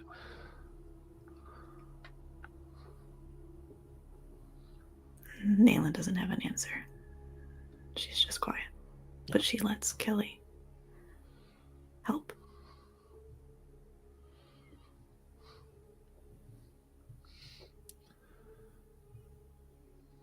We zoom away as we see on what appears to be a rowboat, black-robed figure with golden hourglass eyes, watching, their golden lips smiling. And went there for tonight. This was supposed to be a cute little aside, Matthew.